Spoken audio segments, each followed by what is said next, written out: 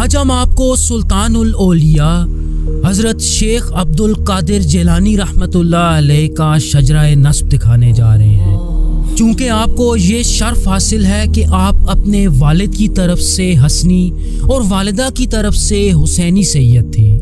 تو آج ہم خاص طور پہ یہ دیکھیں گے کہ آپ کے والد اور والدہ کا شجرہ حضرت علی سے کیسے چلتا ہے۔ آپ کی پیدائش کا وہ کون سا واقعہ تھا جو پوری دنیا میں مشہور ہو گیا، اور آپ کے کل کتنے بچے تھے، اور کیا آج ان کی اولاد دنیا کے کسی حصے میں پائی جاتی ہے؟ ہم پوری کوشش کریں گے کہ آپ کے سامنے ایک جامع شجرہ رکھا جائے، اور اگر ہم سے کوئی غلطی ہو بھی جائے تو ہم اللہ سے معافی کے طلبگار ہوں گے۔ میں ہوں احتشام ارشد اور آپ دیکھ رہے ہیں دی انفوٹینمنٹ چینل۔ اس شجرے کو سمجھنے کے لیے ہمیں نبی پاک صلی اللہ علیہ وآلہ وسلم کے خاندان بنو ہاشم میں حضرت ابو طالب پہ آنا پڑے گا۔ ان کی سب سے خاص بات یہ ہے کہ یہ نبی پاک صلی اللہ علیہ وآلہ وسلم کے سگے چاچا اور مولا علی کے والد تھے۔ آپ کا شجرہ تقریباً 58 نسلیں پیچھے حضرت اسماعیل سے ہوتے ہوئے حضرت ابراہیم سے جا ملتا ہے، جس کا مطلب یہ ہے کہ آپ عربوں کی اسماعیلی شاخ سے تعلق رکھتے تھے۔ اپنے والد حضرت عبد المطلب کے بعد انہوں نے حضرت محمد صلی اللہ علیہ وآلہ وسلم کو اپنی سرپرستی میں لے لیا، اور جب تک زندہ رہے تو مشرکین مکہ کی جرأت نہ ہوئی کہ وہ آپ صلی اللہ علیہ وآلہ وسلم پہ بری نظر ڈالیں۔ ویورز، حضرت ابو طالب اور ان کی بیوی حضرت فاطمہ بنت اسد کو یہ اعزاز حاصل ہے کہ انہوں نے تقریباً 17 سال تک نبی پاک صلی اللہ علیہ وآلہ وسلم کو اپنے بیٹوں کی طرح پالا۔ اس شجرے میں حضرت ابو طالب کے بعد ان کے بیٹے حضرت علی رضی اللہ تعالیٰ عنہ آتے ہیں، جو سن 600 صدی عیسوی میں مکہ میں پیدا ہوئے۔ مولا علی کو یہ شرف بھی حاصل ہے کہ ان کی پرورش اور تربیت خود محمد صلی اللہ علیہ وآلہ وسلم نے کی، اور 9 سال کی عمر میں وہ ان گنے چنے لوگوں میں شامل تھے جنہوں نے سب سے پہلے اسلام قبول کیا۔ آپ سنیوں کے نزدیک چوتھے خلیفہ راشد، جبکہ اہل تشیع آپ کو پہلا امام مانتے ہیں۔ مدینہ ہجرت کرنے کے بعد تقریباً 22 سال کی عمر میں مولا علی کی پہلی شادی آپ صلی اللہ علیہ وآلہ وسلم کی چھوٹی اور چہیتی بیٹی حضرت فاطمہ رضی اللہ تعالیٰ عنہا سے ہوئی، جن سے آپ کے 3 بیٹے حضرت حسن، حضرت حسین اور حضرت محسن کے ساتھ ساتھ 2 بیٹیاں حضرت زینب اور ام کلثوم پیدا ہوئیں۔ اور ویورز، مولا علی کو یہ شرف بھی حاصل ہے کہ ان کے 2 بیٹوں حضرت حسن اور حضرت حسین رضی اللہ تعالیٰ عنہ سے نبی آخر الزماں حضرت محمد صلی اللہ علیہ وآلہ وسلم کی اولاد یا نسل چلتی ہے، جنہیں شریف یا سید کہا جاتا ہے، اور جو آج بھی دنیا کے مختلف حصوں میں پائے جاتے ہیں۔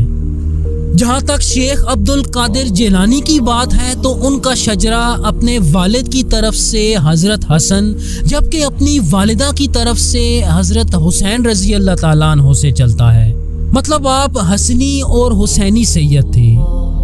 حضرت حسن رضی اللہ تعالیٰ عنہ کو یہ شرف حاصل ہے کہ انہوں نے ایک طرح سے مسلمانوں کے پہلے فتنے کا خاتمہ کیا۔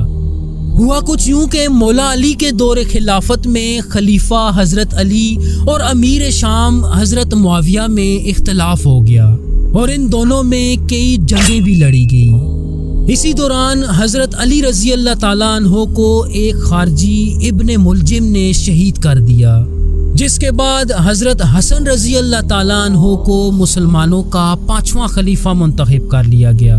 لیکن خلیفہ بننے کے محض 6 ماہ بعد انہوں نے حضرت معاویہ سے ایک امن معاہدہ کر لیا اور حکومت سے دستبردار ہو گئے۔ اور ویورز، حسن معاویہ اس معاہدے کے بعد عربوں میں بنو امیہ کے دور حکومت کا آغاز ہوتا ہے۔ روایات میں آتا ہے کہ ان کی بیوی یا غلاموں میں سے کسی نے انہیں زہر دیا تھا۔ ویورز، جہاں تک حضرت حسن کی اولاد کی بات ہے تو ان کی نسل ان کے 2 بیٹوں حضرت زید اور حضرت حسن ابن حسن سے چلتی ہے۔ شیخ عبد القادر جیلانی کے جد امجد حسن ابن حسن تھے، جنہیں حسن المثنی بھی کہا جاتا ہے۔ ان کے بارے میں آتا ہے کہ یہ کربلا کی جنگ میں محض 19 یا 20 سال کے تھے اور عاشورہ کے دن اپنے چاچا حضرت امام حسین رضی اللہ تعالیٰ عنہ کے شانہ بشانہ لڑے، لیکن پھر انہیں قید کر لیا گیا۔ اور جہاں تک آپ کی اولاد کی بات ہے تو آپ کے بیٹے حضرت داؤد کی نسل میں مراکش کی سلیمانی سلطنت اور ایک دوسرے بیٹے حضرت ابراہیم کی نسل سے یمن کے امام تعلق رکھتے ہیں۔ شیخ عبد القادر جیلانی کا شجرہ آپ کے سب سے بڑے بیٹے عبداللہ الکامل سے چلتا ہے۔ ان کے بارے میں آتا ہے کہ آپ حدیث کے ایک بہت بڑے راوی اور قبیلہ بنو ہاشم کے سردار تھے۔ لوگوں میں ان کا اثر و رسوخ دیکھتے ہوئے عباسی خلیفہ المنصور نے انہیں قید کر لیا اور سن 762 میں تقریباً 75 سال کی عمر میں عراق کے ہاشمی جیل میں آپ کا انتقال ہوا۔ ویورز، جہاں تک ان کی اولاد کی بات ہے تو ان کے کل 8 بیٹے تھے اور شیخ عبد القادر جیلانی کا شجرہ ان کے بیٹے حضرت موسیٰ الجون سے چلتا ہے۔ ان کے بارے میں آتا ہے کہ وہ ایک لکھاری اور بہت اعلیٰ پائے کے شاعر تھے۔ ان کا رنگ سیاہ ہونے کی وجہ سے ان کی والدہ نے انہیں الجون کا لقب دیا۔ خلیفہ المنصور نے حضرت حسن المثنیٰ کے متحد بیٹوں کے ساتھ ساتھ انہیں بھی عراق کی ہاشمی جیل میں قید کر رکھا تھا۔ کچھ مورخین کا ماننا ہے کہ اسی قید کے دوران ان کی وفات ہو گئی، جبکہ کچھ دوسرے لکھتے ہیں کہ عباسی حکمرانوں کے ظلم و جبر کی وجہ سے آپ مدینہ میں روح پوش رہے اور ہارون اور رشید کے دور میں ان کا انتقال ہوا۔ حضرت موسیٰ الجون کے 3 بیٹے تھے اور شیخ عبد القادر جیلانی کا شجرہ ان کے بیٹے عبداللہ الرضا سے چلتا ہے۔ ان کے بارے میں آتا ہے کہ یہ موجودہ عراق کے شہر بصرہ میں اس وقت پیدا ہوئے کہ جب ان کے والد اسی شہر میں روح پوش تھے، چنانچہ آپ عبداللہ بصری کے نام سے بھی جانے جاتے ہیں۔ جہاں تک آپ کی والدہ حضرت سلامہ کی بات ہے تو ان کی نسل تقریباً 3 پشتیں پیچھے خلیفہ اول حضرت ابو بکر صدیق رضی اللہ تعالیٰ عنہ سے جا ملتی ہے۔ ان کے کل 5 بیٹے تھے جن کی اولادیں آج بھی اردن، حجاز اور طائف کے مختلف علاقوں میں پائی جاتی ہیں۔ شیخ عبد القادر جیلانی کا شجرہ ان کے بیٹے موسیٰ ابن عبداللہ سے چلتا ہے۔